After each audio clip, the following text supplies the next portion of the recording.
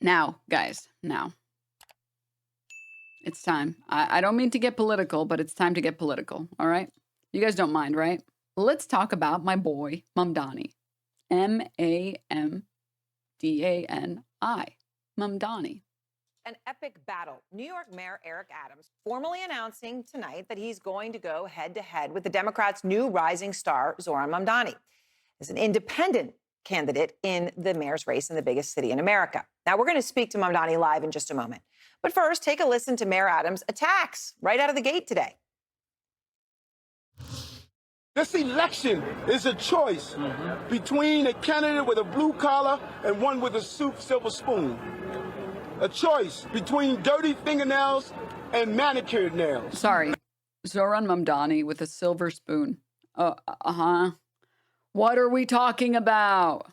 This is not a city where you use idealism to state you're giving everything to everyone for free. There's no dignity in someone giving you everything for free. There's dignity in giving you a job so you can provide for your family and the opportunities that you deserve. So this is not a city of handouts. This is a city of hands up. Adams taking... Translation, I will not help you. And I will make the city worse. Direct aim at the core of Mamdani's campaign. Mamdani has made economics the heart of it, right? Things like freezing rent on nearly half of the city's apartments, free bus service, free childcare for children under 5, and city-run grocery stores.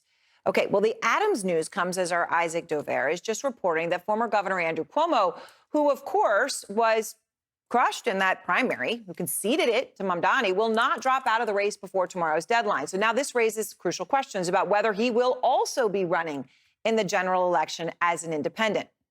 Denims, you may disagree, but Eric Adams worked hard on getting those bribes, okay? Those flights to Turkey, they didn't earn themselves. Mamdani is likely... Yeah, hands up in the sense that it's a police state, maybe. Seismic win over Cuomo in the primary is generating national headlines about him being a new political star, creating a movement. And from the left-leaning Nation magazine, they write the Democratic Party establishment should follow Zohran Mamdani's example. Out front now, New York State Assemblyman and presumptive Democratic nominee for mayor of New York, Zohran Mamdani. And so much appreciate your time. A whirlwind week for you. I think to put it lightly. Okay, so, you know, everyone else is putting their view on this, of what this means, okay? Your victory. What do you think it means? I think it means that we are ready in the most expensive city in the United States to have 5 boroughs that New Yorkers can actually afford. And this entire race was about the question of affordability. And ultimately, I have run a campaign that speaks about the tools that city government actually has to deliver that affordability in the wealthiest city in the wealthiest country in the world. And it's time that we have a mayoral administration that follows through and actually delivers that. All right, so I want to talk about some of that, but first the breaking news. Isaac Dover is reporting that Andrew Cuomo is not dropping out of the general election race, right? And it's kind of a willy-wonny, but the deadline's tomorrow. Is this a surprise to you? Oh. Ultimately... I just remembered we have to eat this fucking tomato. Let's go. I'll eat it while we watch this. Andrew's decision or my decision matters less than the decision that voters already took on Tuesday night, where we won from Bay Ridge to Dyker Heights to Harlem to Washington Heights. We saw a mandate delivered for a new generation of leadership. And I am so proud and excited to continue to build on that mandate with an ever-expanding coalition, one that has now included the endorsements of Congressman Jerry Nadler, of State Senator Brad Hoylman Siegel, and Manhattan Borough President, soon-to-be Controller, Mark Levine. And ultimately, that is a coalition that will continue to expand through November. Right. So you're saying no matter what, I mean, if Andrew Cuomo's in, it's not like a redo where you're worried? No, not at all. I mean, we did it once, and it turned out pretty well. All right, so now can we talk about the policy? The policy is what stood out to a lot of people. But right, I said the freezing rents on half of the apartments, free bus service, the free childcare, and the city-run grocery stores. How do you pay for that? Let's go through it. So for the first thing, freezing the rent, that's not something that requires any fiscal output from the city. It's something that's determined by the Rent Guidelines Board, composed of 9 members. The mayor picks... Let me just say, shout out to CNN. They've gone 4 minutes and they haven't mentioned Israel yet. That's pretty impressive.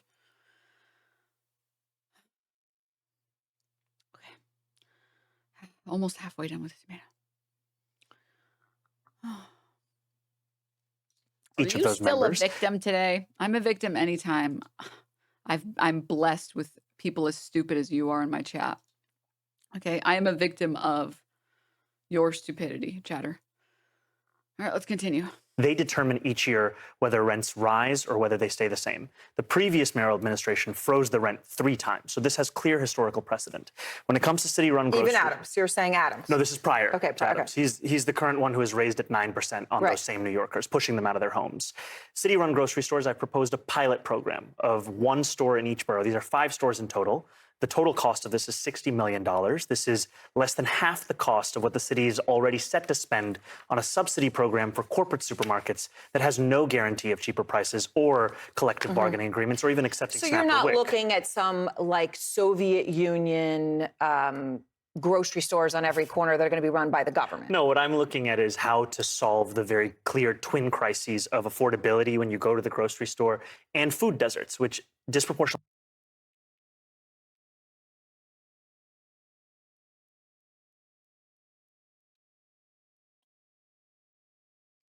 Sorry. This is doing so much damage to me.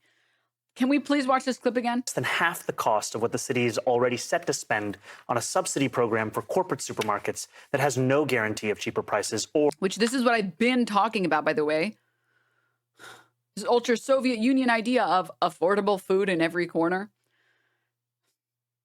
I've been saying this. The rightoids have no response anymore because they can't say, well, where are you going to get the money? What are you going to print more money, you idiot? It's like, no, we're going to take all the subsidies that we've currently been giving private grocery stores, and we haven't been getting anything in return for it. We haven't actually seen prices go down, and we're going to redirect that to public grocery stores where we can control the prices.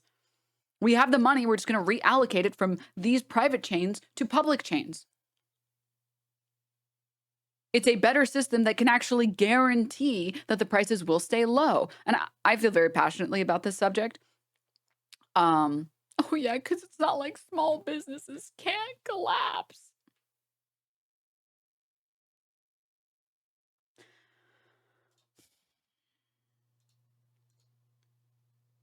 If you, as a grocery store, as an owner of a grocery store, cannot run a business without price gouging the fuck out of food, you don't deserve to be in business. You clearly are not economically savvy enough to run a grocery store. It's an inelastic good and you're fucking it up. Maybe, I don't know, take a little bit of money away from the fucking managers and middle managers and from the fucking CEOs, and who knows, maybe your grocery store can succeed. And that's the whole purpose of the public grocery store. First of all, a lot of the grocery stores in New York, as someone who's lived there, are chains. Second, he literally talks, I wouldn't be surprised if he talks about it in this interview. I haven't seen this interview yet, but he talks about the fact, and any research on this will talk about this as well, the fact that public grocery stores, one of the primary benefits of it, or one of the primary benefits of a public grocery store is that now vendors and wholesalers have to engage in trade with the New York City government, right? With the New York City budgeting. There's a lot more bargaining power, which means that you can buy a lot more at a cheaper cost. Economies of scale. If a smaller business cannot succeed without price gouging the fuck out of things people need to live, then maybe we should subsidize this. Maybe this inelastic good shouldn't be for profit.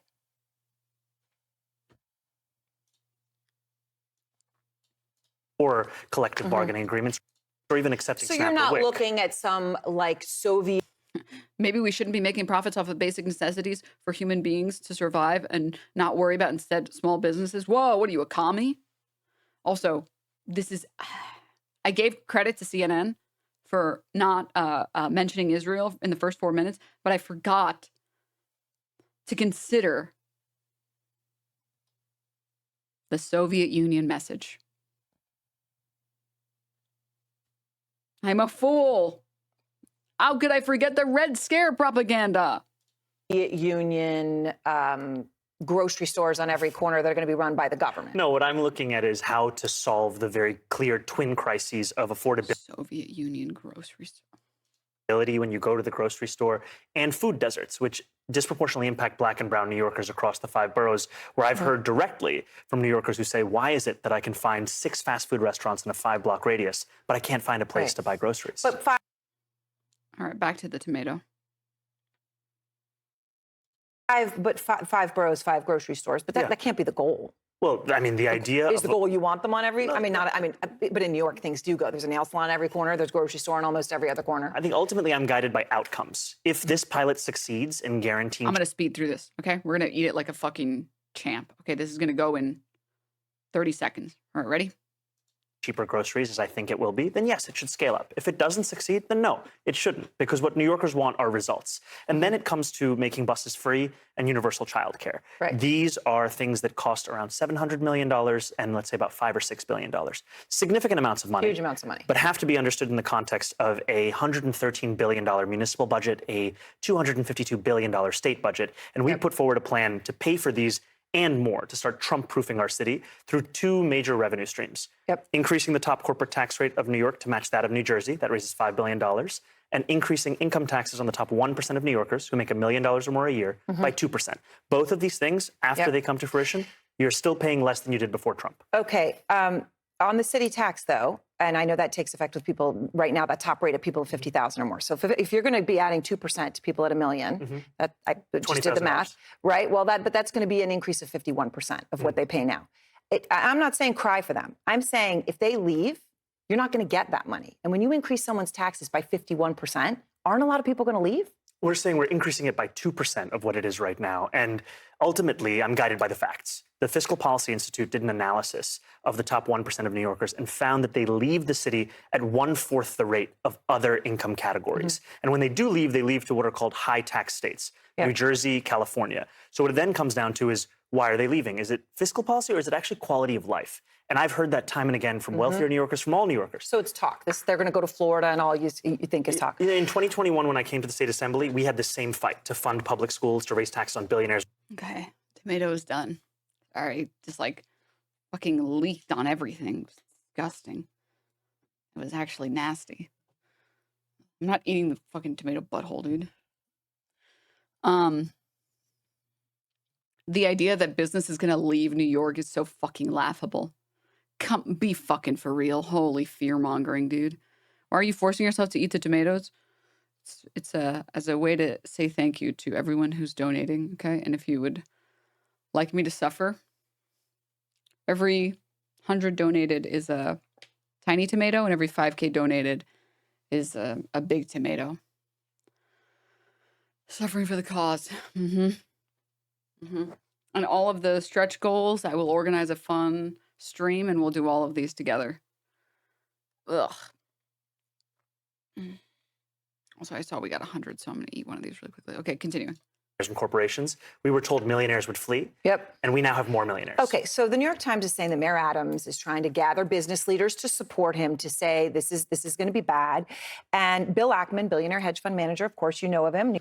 Red Scare propaganda at a millennial like Mamdani is so out of touch. The Soviet Union disappeared when we were kids. It was Wall Street that bankrupted our future, and we all know it. Yeah. That's the other reason why the Red Scare propaganda is not very effective, but they're still holding on to it because they don't know what else to do. People's understanding of the Soviet Union is so piss poor in this country. And it's like regionally too far away and historically too far away. It's not an effective strategy. But again, they don't know what other strategy to commit to. They literally have no idea. I mean, that's why they're recycling the immigrant propaganda that we saw in the early 2000s. Because there's only so many things that'll work, so they just keep trying the same things over and over again. New Yorker, he said he agrees with you that the city's broken, okay, but he has a real problem with your economic policies. He said the ability for New York City to offer services for the poor and needy, let alone the average New Yorker, is entirely dependent on New York City being a business-friendly environment and a place where wealthy residents are willing to spend 183 days, the amount you need to be taxed, and assume the associated tax burden. Unfortunately, both have already started making arrangements for the exits. So you just think that that isn't going to add up. And by the way, that corporate tax rate that you're talking about, that's a big increase. That's matching 7.25% going to 11.5%. And the point of it is that if it works for our regional neighbor, why can't it work for us? Well, because we're different and because then the business would leave, obviously. Which one of you fuckers just donated another 100? Who was it? Which one of you did this?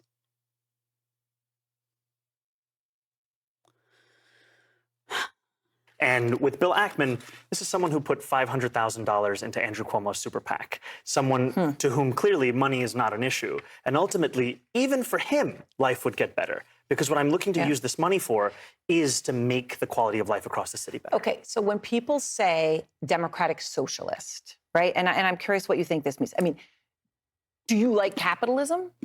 No, I have many critiques of capitalism. And I think ultimately the definition for me of why I call myself a Democrat. Yes. Hold up. Wait.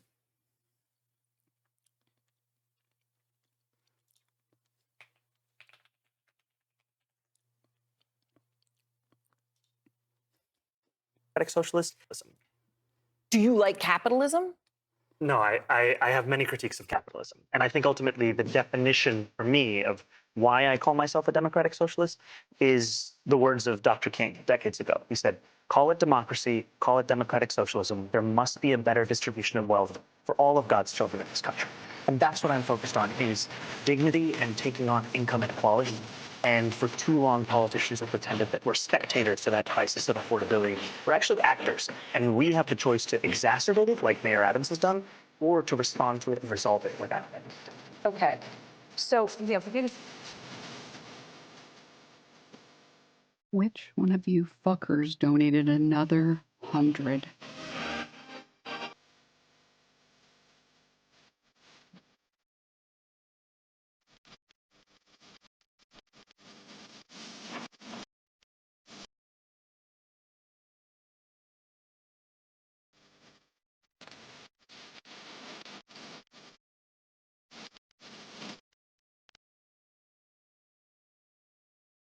You people are sick. People say that America was built on, and a lot of immigrants. And obviously, you speak from an immigrant experience. I mean, you came as a young child, but you speak to a lot of people who came much more recently. That they come to America because they believe in capitalism. They believe that if they work hard and make a lot of money, that's part of the American dream. Correction. They believe in the scam that is capitalism. Just like I believe in the scam that is eating another fucking tomato. Do you think that's not part of the American dream? I think the dream at its core is a dream for stability in one's life. And what you're saying, that you work hard enough and that you then reap the benefits, too many New Yorkers, and Americans for that matter, are working 8 hours and then still feeling like they haven't made enough money to keep living in the city they call home. And ultimately, what I'm focused on is making the city affordable for everyone. The problem is that there are too many stories of people who have done everything right. They saved all their money. They never ate out, ever. They never went on vacation. They never took any sick days. They always powered through at work. They did everything that they could to try and fulfill the American dream. And then guess what? They get in an accident. They get cancer. They lose someone. They become disabled. And then their life falls apart and their retirement is gone. And they don't even have Social Security to rely on because it's actively disappearing. Because we refuse to raise the cap on how much millionaires and billionaires should be paying into the fucking Social Security system. There are less people in the middle class who can afford to pay the maximum amount into Social Security. And there are more millionaires and billionaires today that are paying the same amount that they were paying when they were making a few $100,000. I mean, I wanted to show you guys this video as well. Like, this is the reality for some of the ways a lot of people. It's an amazing More Perfect Union, love More Perfect Union video about Big Pharma and how, like, everybody across the board just hates our healthcare system, especially pharma, especially hospitals, because they're just so corrupt. They're so obscenely corrupt. And it doesn't, like, literally, it doesn't matter that you save all of your money the way that you should. It doesn't matter that you never eat out. It doesn't matter that you never get takeout. It doesn't matter if you always clip your coupons. It doesn't matter if you never get coffee on the way to work. You never go on vacation ever. It doesn't matter, because if you get one healthcare crisis in your life, all of your money it just gone. Just like all of my marbles are gone because there were more $100 fucking donated. I saw the bribe start. First one I saw was a rep came in and invited a doctor, because I was listening, to Bimini for 5-day snorkeling vacation. And I almost passed out when I heard that. One rep from California said, well, I bought my doctor a $15,000 Birkin handbag. The other Midwestern rep said he didn't like his doctor's suit, so he bought him a $5,000 to $6,000 Armani suit and expensed it on their expense reports. It went from golfing to renting a box for a big concert to Phillies games, Eagles games. This is the second most boring comment, by the way, that people have been putting in chat. Hey, what's your OnlyFans link? Hey, what's your OnlyFans link? How's the lawsuit going? Hey, what's your OnlyFans link? Why show your ass that you can't make a single good joke? I don't get it. I don't get why people come in here just to do this. It doesn't make any sense to me. W, thank you so much, by the way, for the 5 gift subs. I'm sorry I missed it. And Kitsnicket, I don't know if I said thank you, but thank you for the 5. I'm pretty sure I missed someone really early on as well. I apologize. I'll try and go in at the end of stream and say my thank yous. All right, continue. Strip clubs, lap dance. This is a woman talking about working for Big Pharma and the bribes that she saw that were taking place. You name it, they received it as gifts and bribes. My name is Lisa Prada. I was pharmaceutical sales rep for 32 years. The first place I was there 17 years was Carter Wallace. Then I went to AstraZeneca. Then I went to Abbott, Serono, and then I went to Questcor.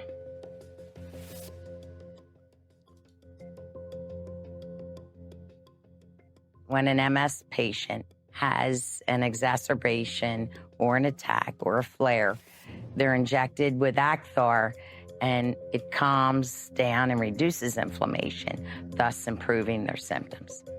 The FDA approves the medication, but there are specific dosages that must be followed because that is what the FDA approves the drug for. It is illegal to sell the drug other than what is in that package insert. That's what you were pressured to do? Absolutely, yes. Not pressured, told. It was an order. Acthar was approved for 4 vials for 20 days. Each vial is 5 days. But Questcor wanted it for 5 days, which is 1 vial, in order to get approval for Medicare, Medicaid, and the other insurance companies.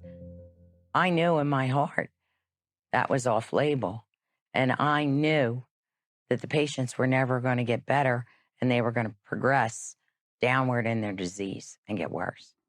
I was getting the pressure when I rode with my manager, especially. Each rep usually rides with your manager once a month for 2 straight days, and they go in on the calls. They would yell at me in the car, "Why aren't you selling a 5-day? Your sales are down." I said, because it's not the same dose as the package insert, and I don't want to go to jail. One yelled at me so bad, his veins were bulging out of his neck. "You're going to do this. I don't care." I was afraid for my safety because I was afraid he might haul off and punch me or choke me.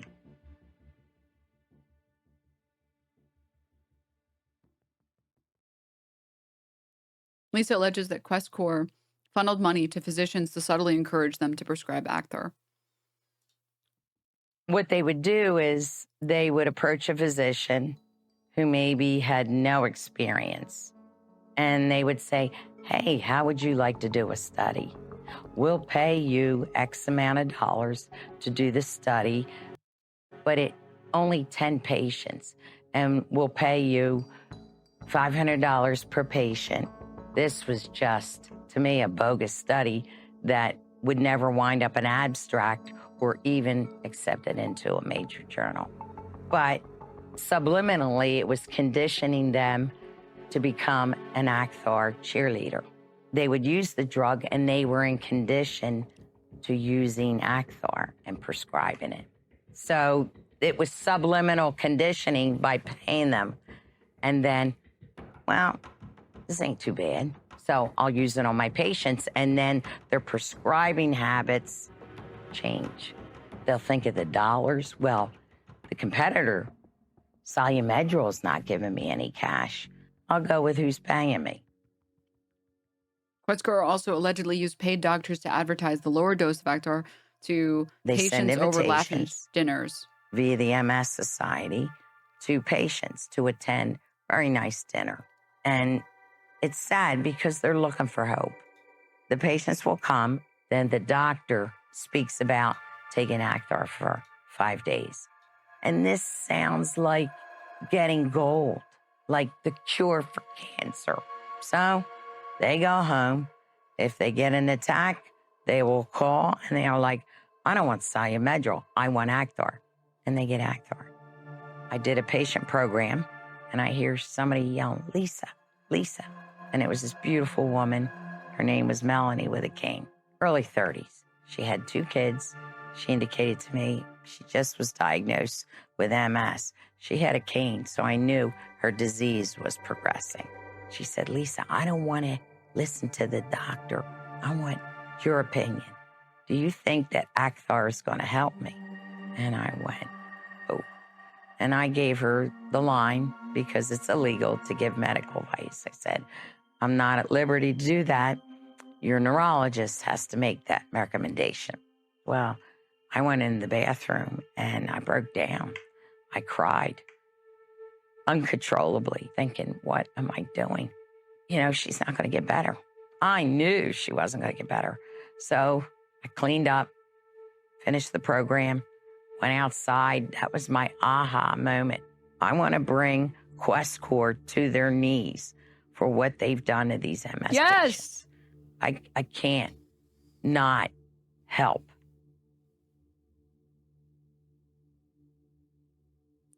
Lisa filed a whistleblower lawsuit against Questcore and started collecting evidence for the Department of Justice.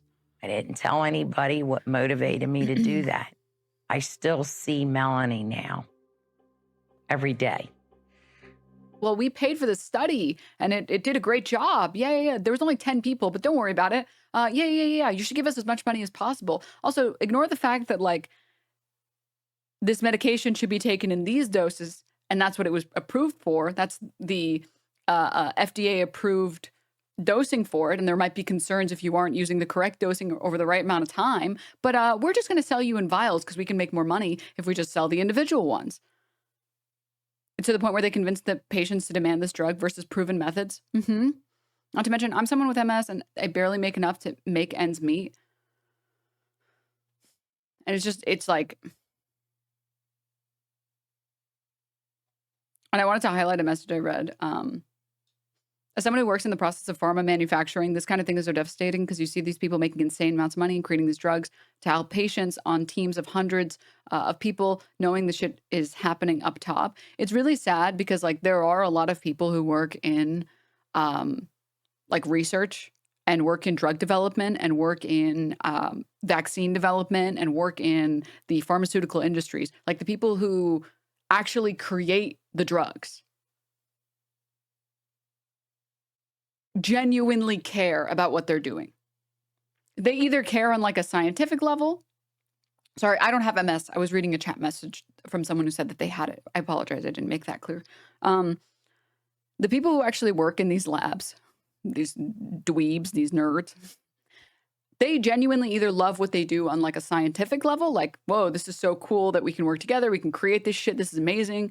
Like, science is so incredible. Or on like a human, like, not a humanitarian level, but like a humanitarian level where it's, I want to make the world a better place. And if this medication saves any lives, if it saves one life, if it makes, or even if it doesn't save someone's life, if it makes living bearable, I've made the world a better place. And that's what I care about. And then there's obviously the people who are somewhere in the middle or a little bit of both, where they love the scientific aspect of it and they appreciate participating in the scientific community and also want to help. Chatter said my healthcare for my MS was $500K last year and I don't even have the bad kind. Like, it's just evil. It's just fucking evil. Medicare spent $2 billion in October from 2011 to 2016, by the way, so taxpayers were also paying for this shit. Yay! Woo!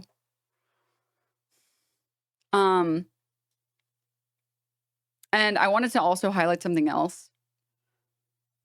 This chatter says, my mom has MS. She's got all the treatment she needed for free. Sorry, she got all the treatment she needed for free and is now in remission. As much as we criticize the NHS here, it's an absolute lifesaver when it really matters. But that's all the more reason to criticize the NHS or any type of healthcare system that exists in your country. Because if you don't criticize it, if you don't watchdog it, if you don't carefully make sure that nothing bad happens to it, you get this fucking dogshit system. And I will never, ever, ever, ever criticize other people demanding more from their government. I will never be one of those fucking unbelievably cucked Americans. It's like, yeah, well, there are other people that are starving. Okay, well, other people don't even get what you get. First world problem much? No, fuck you. You have to fight fucking tooth and nail over everything you have and everything you want. Now I will criticize the Brits for putting beans on everything. Now that's fucking disgusting, all right? Okay, toast sandwich? Are we fucking serious right now? Are we serious right now? Your government? Yeah, fuck yeah, complain about that shit. Go protest. Fucking hold those people accountable. Hell yeah. You will not see me fucking telling you shit about that. Fucking go insane on that shit. Once you're putting beans on fucking everything, putting beans on toast, putting beans on potatoes, putting cold ass beans on fucking on beans. I wouldn't be surprised if there's a beans on beans dish.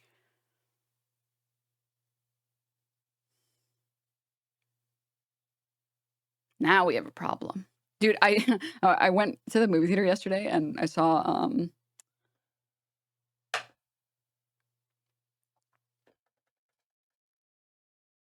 28 years later. And a couple of funny things, but first and foremost, no spoilers, obviously. Beans belong in tortillas? Yes, finally, someone who understands. What was I trying to say? Right. I do love the 28 days, weeks, years later universe. That, like, the contagion begins in the UK and the rest of the world is like, should we help them? Nah. Oh my God. That's crazy, by the way. Like, that's insane. Should we, like, help them? My lawyer can't do fucking shit. Karl, thank you so much for the 10 gift subs. Thank you. Everyone's like, nah. I'm not going to comment. Go see the movie. I liked it. Let me only say, not a spoiler, it is a very artistic movie. It's not a zombie movie. It's an artistic movie. It's a work of art. It's a work of art before it's a zombie movie. I would put it at like a subjective 9 out of 10. They all are. I felt like 28 Weeks Later was like the most zombie out of the three. Like 28 Weeks Later felt like a true zombie movie. By true, I mean what we think of when we think of a zombie movie, right? 28 Years Later was very artistic.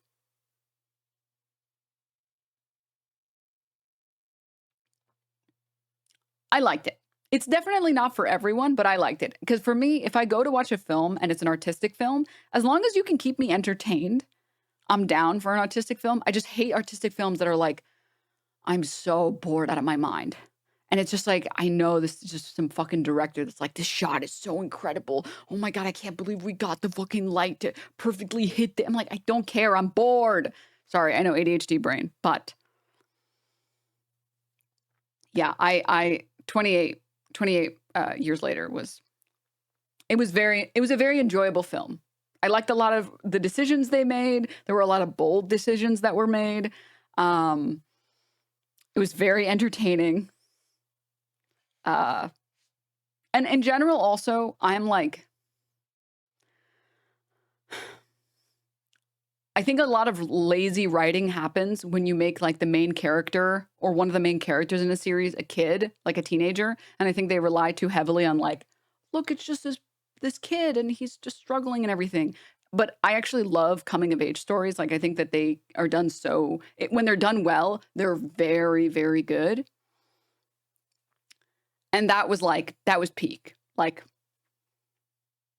they made the kid realistic and they also made it enjoyable to watch. Like he felt like a kid, but it also felt like fun and whimsical and tense. And the tension in that movie, there were so many times where I'm like, please let this scene end. Oh my God, I can't handle this. But okay, yeah. It was good. It was good. It was actually a very good movie. I liked it. I can imagine a lot of people wouldn't like it. But I personally liked it. I thought it was really good.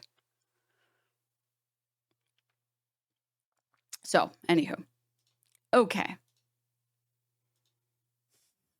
Don't ban this guy. Breaking. Denims has been ratted out as the one who called CPS on Ethan to drop the case.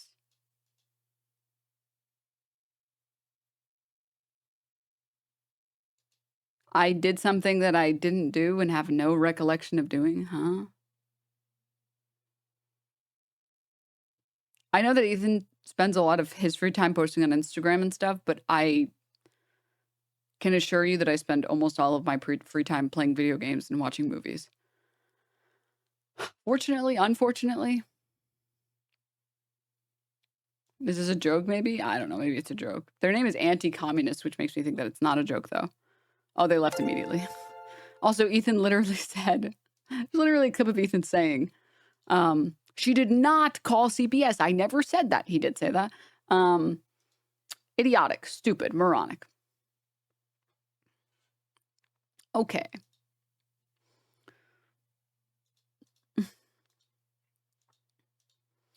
Moving on. Back to the Zohran interview.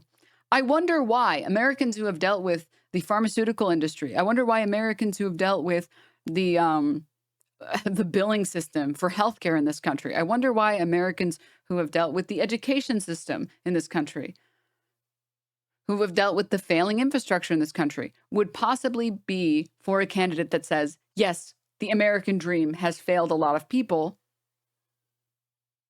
Yes, I want to fix this. I want to actually fix this. I'm not going to tell you that, like, you just need to pull yourself up by your bootstraps for the 20th time again.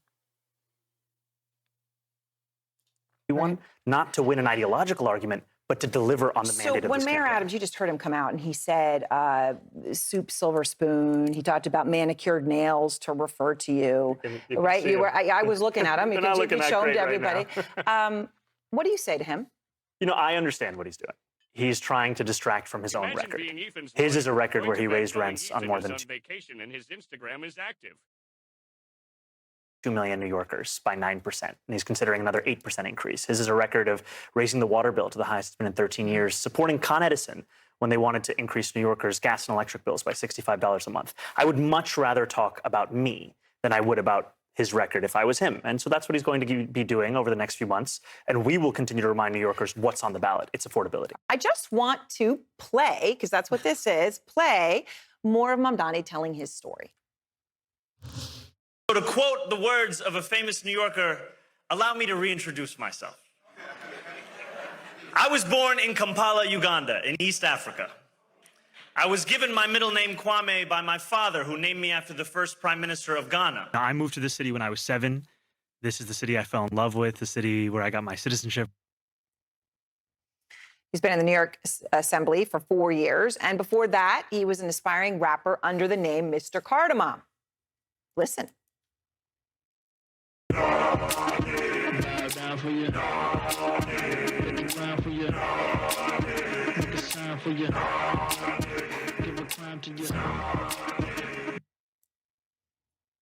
Once you do it, it's out there. It never comes back. It's there. Didn't think it was going to be on CNN. It's there, and there it is. So what do you say to people who look at your background and they wonder? They say, okay, rising star you may be, but this is the largest city in America, $112 billion budget, 8 million people, and a hell of a lot of problems. And they say, okay, whatever the future may be, you're not ready now. I would say that a campaign offers a glimpse of what an administration would look like. And we built a campaign the likes of which the city has not seen in a long time. We started with 2 full-time employees and now are managing 50,000 volunteers. At the beginning of this race, there were questions of whether we'd get 50,000 votes. And yet we had 50,000 volunteers. 50,000 volunteers who knocked on 1.5 million doors, made 2.1 million phone calls. And ultimately, it's a story of not only being able to inspire people, but absorb that inspiration and build an organization. And I think that's also the story of what it means to run a city, that you are ultimately responsible, but you're also determined by hiring the best and the brightest. And that's what I will be doing in City Hall. I'll be hiring those that have a clear track record of excellence, of results, that come from a wide variety of mayoral administrations, and finally bring public excellence back into the public sector. All right, so you caught a lot of attention for confronting Tom Homan, Trump's border czar, about the deportation policies, which have a lot of impact here in New York. Here you are. Do you believe in the First Amendment? Do you believe in the First Amendment, Tom Homan? So that moment went viral, all right? Then after the primary, Homan was asked about your plan, which is on your website. You said that you would end the city's cooperation with ICE agents that has been going on under Mayor Adams. And he has spoken out. Here's what he said. Good luck with that. Federal law trumps him every day, every hour of every minute. We're going to be in New York City. Game on. We're coming. Game on. He's coming. What do you say? Remember when Tom Homan was like, guys, it makes me really mad and sad that so many people don't like me. I didn't even do anything. I just tried to deport every single immigrant I ever ran into, even the children. I can't believe they would do this to me. Like, huh? Like, what the hell are you talking about, dog? I'm trying to find the tweet. It was really good. It was this one. Dude, the Dan Herschel tweets. Sorry, it was this one. Tom Homan says he's received so much hate for his positions on immigration that he's unable to live safely with his family. Oh, I wonder how that feels. I wonder how it feels to not be able to live safely with your family. I'm sure no one has ever been impacted by anything you've done. And then the Dan Herschel meme. I just got punched for no reason.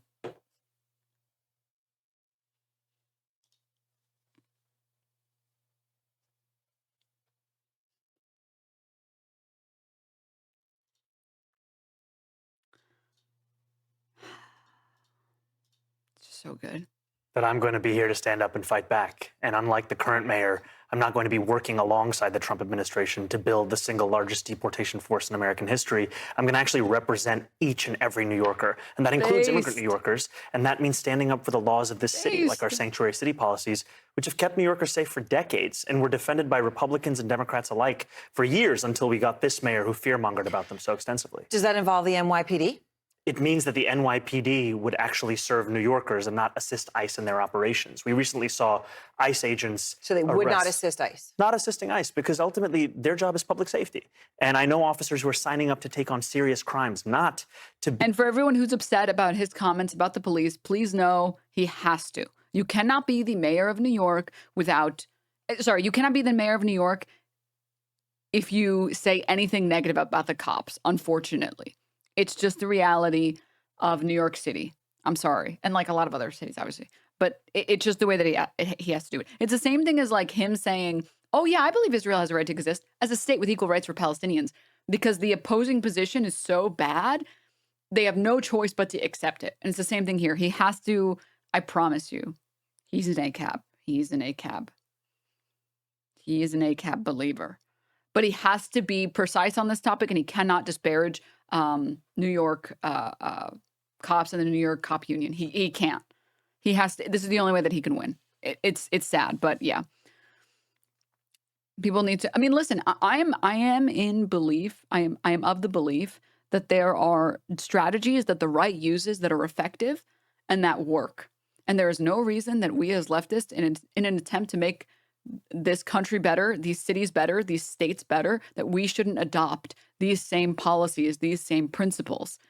Like the right happily dog whistles all the time to get what they want. Because at the end of the day, they're about consequences. They're about goals. And I would like for once to have a Democrat that doesn't just fucking capitulate over and over again, because they can never say or do anything that might impact their opposing side's ability to win office. Fucking dude, let's go. Yeah, I believe in the cops. Yeah, of course. Also, I realized, I'm sorry, a little late. There were 2 more fucking tomatoes.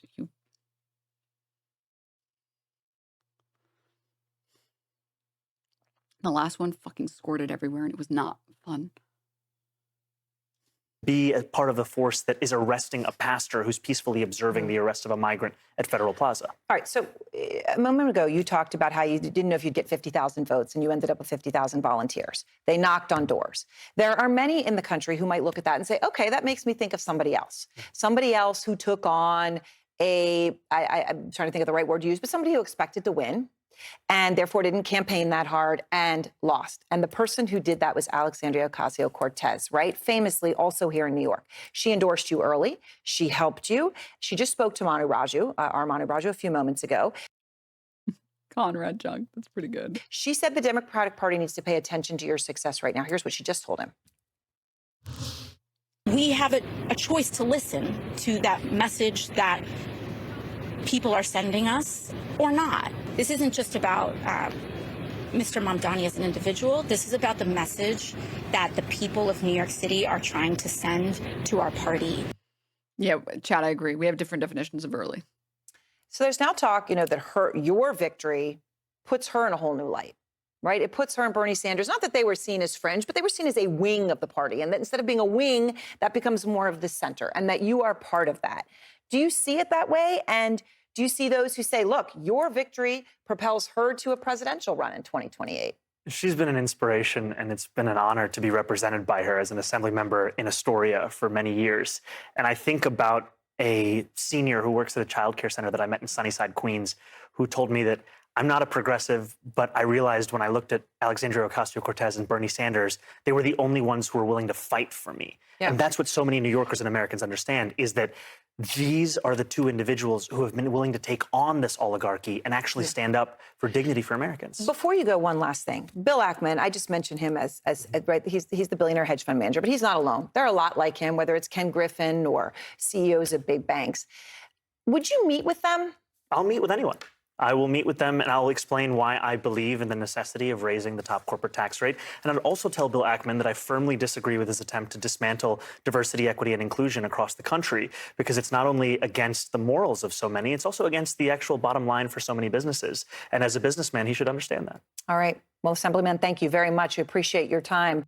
And let's see, what do they do on Fox News when they talk about Zohran? He's not 80, and he's not 80, and he's not a ditzy little lady. His suit fits, he's good on TikTok, and single white girls love him. Single white girls love him because New York's expensive, and his plan sounds a lot like their college professors.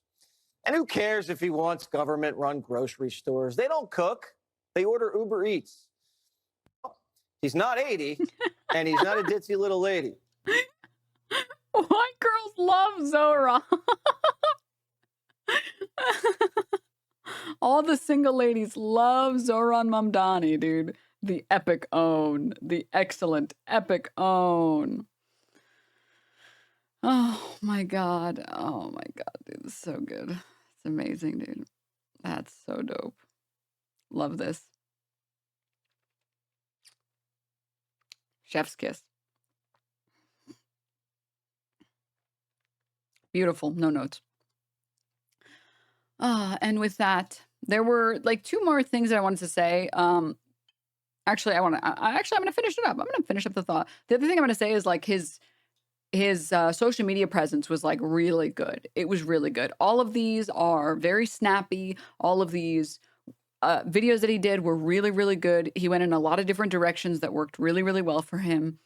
He had a good media team that was actually interested in trying to get him to fucking win. I know that the Dems are allergic to trying to actually win office ever, but man, his media team just like did a great job. I think like the best example of this is, first of all, there was a big attempt to try and spread out as many policies as possible and share as many policies as possible and explain them in the simplest terms possible. One of them that I thought was like really a good example of this, because he did it for a lot of things. He did it with the bus fares.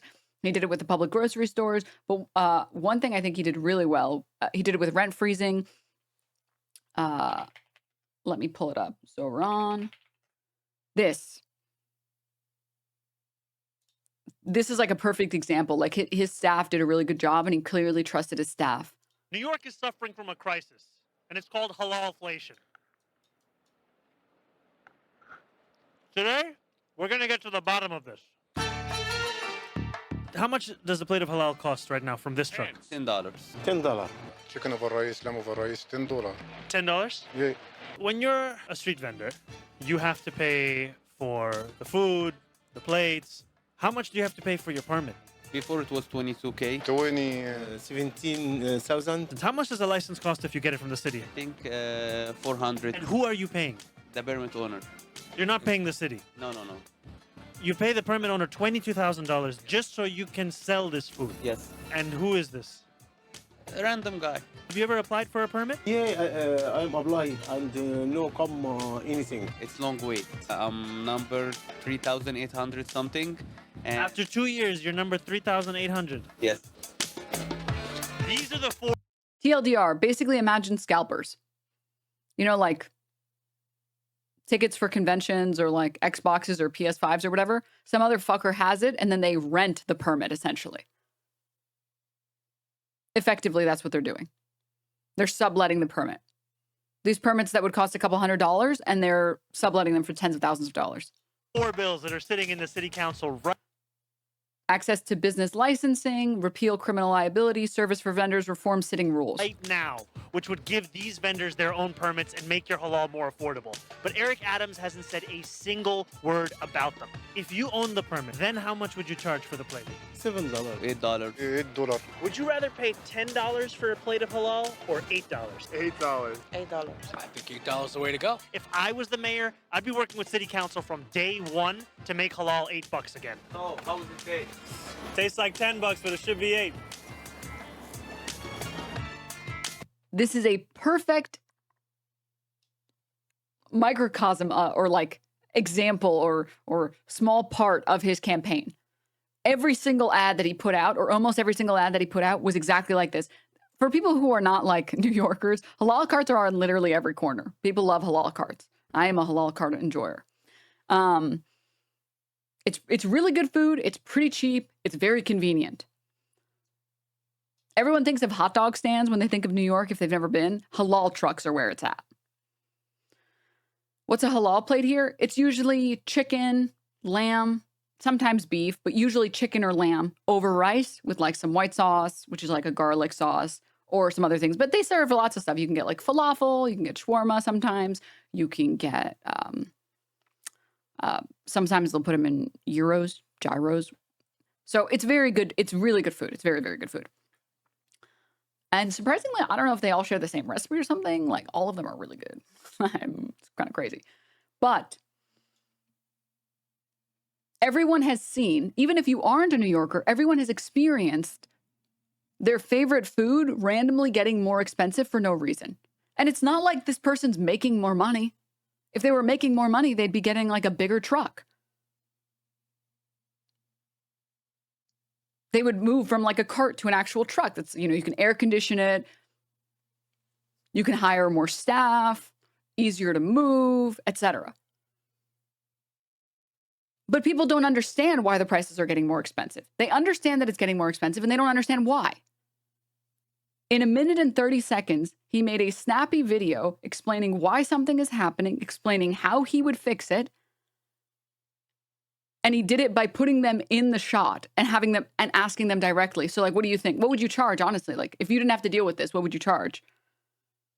Like literally from start to finish, here's the problem, which all of you have experienced. Here's like the root of the problem, which you don't know about because you've never asked the halal cart owner what's wrong or like what's one of the primary problems in their business.